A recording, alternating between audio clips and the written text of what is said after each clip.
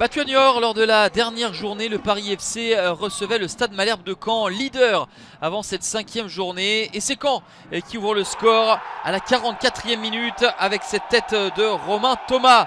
Service sur coup franc par l'ancien du PFC, Ali Abdi. Caen mène 1-0 à la pause et va être rejoint à la 87e minute. Julien Lopez va égaliser, un but partout, score final. Caen est leader de Ligue 2 BKT, le Paris FC 13e.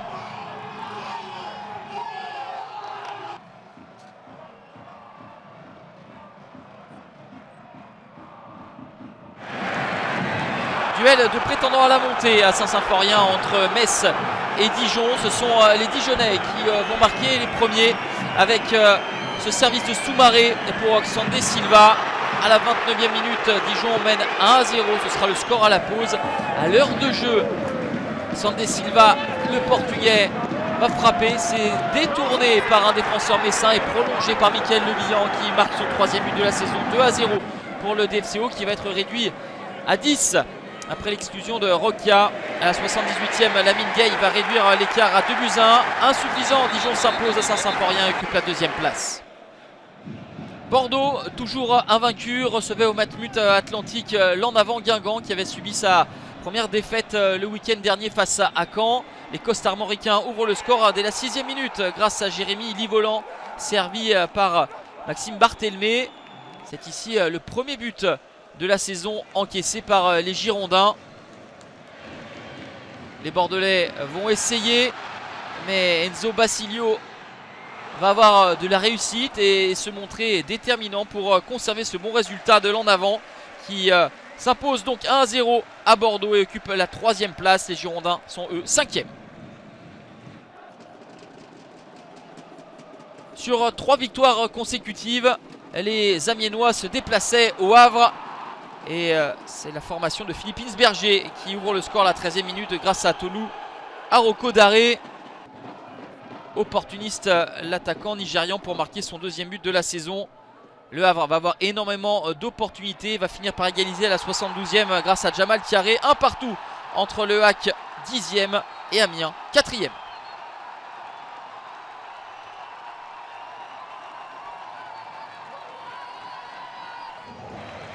Large vainqueur de Pau, 3-0 lors de la dernière journée pour leur premier succès de la saison. Les Sochaliens accueillaient Niort pour confirmer et ça démarre bien avec ce superbe coup franc du capitaine Gaëtan Westbeck. 1-0 pour les Lionceaux, puis 2-0 à l'heure de jeu légèrement dépassé. Le centre de Kalulu est dévié, le manque de communication de la défense niortaise. But inscrit contre son camp par Charles Caboret, d'expérimenté burkinabé. 2-0 pour Sochaux, mais le score final sera de 3-0 avec Aldo Kalulu bien servi par Maxime Dokuto. 2e victoire consécutive pour Sochaux, 2e victoire sur le score de 3-0. Les Lionceaux sont 6e, Niort 16e.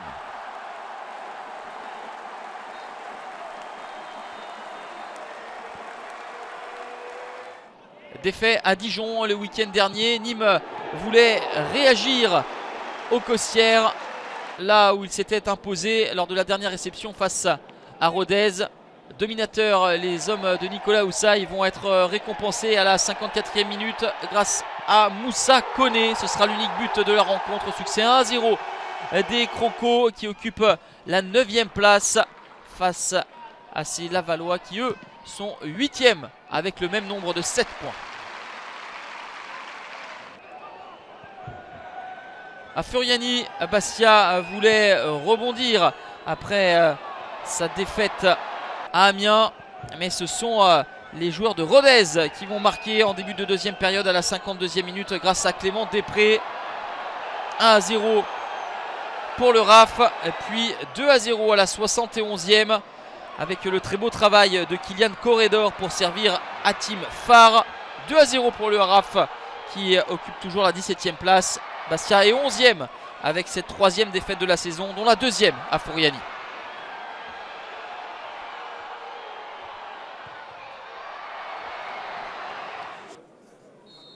Quevilly-Rouen face à Pau, 2 formations en quête de leur premier succès cette saison. Ce sont les Palois qui ouvrent le score à la 50e minute grâce à l'ancien Girondin Henri Sévet. Mais à la 69e minute, la formation d'Olivier Chouafni va profiter de cette erreur de Kouassi pour égaliser grâce à Issa Soumaré, premier but de la saison pour le Sénégalais de 21 ans. Et à la 76e minute, le but victorieux pour QRM, signé Gustavo Sangaré. Première victoire de la saison pour QRM qui occupe la 12e place. Pau est relégable à la 19e place.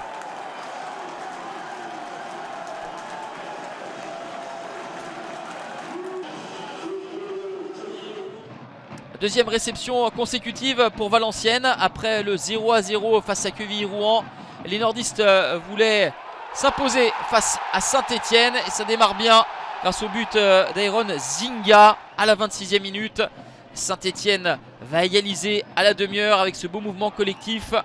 Et la conclusion, Ivan Masson, battu 6-0 à domicile face au Havre le week-end dernier. Les Stéphanois voulaient avoir un sursaut d'orgueil et vont prendre l'avantage à la 48e grâce à Jean-Philippe Crasso. Troisième but depuis le début du championnat pour l'Ivoirien. Saint-Etienne tient sa première victoire cette saison jusqu'à cette 93e minute et la faute de Seydou Sow. Penalty pour Valenciennes et opportunité pour Geoffrey Cuffaut d'égaliser. Cuffaut qui trompe Mathieu Dreyer. 2 buts partout, score final. Valenciennes est 14e, Saint-Etienne 20e. Le promu Annecy qui recevait Grenoble. Un derby au Parc des Sports. Des opportunités principalement pour les Annéciens avec ce coup franc de Bossetti ou encore cette opportunité pour CI. Mais rien ne sera marqué. 0-0 entre Annecy et Grenoble. Annecy est 18e. Le GF38 15e.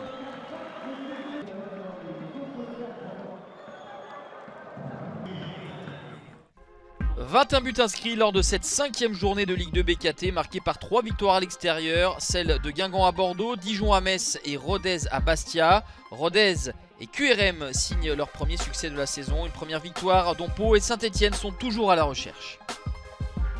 Caen et Dijon occupent les 2 premières places avec le même total de 11 points, suivent Guingamp et Amiens, magma de 4 équipes avec 7 points. Lorsqu'on dit que le championnat de Ligue 2 BKT est serré, 7 formations capitalisent 6 unités. Rodez, Annecy, Pau et Saint-Etienne sont dans la zone rouge. Les Verts ne sont plus dans le négatif.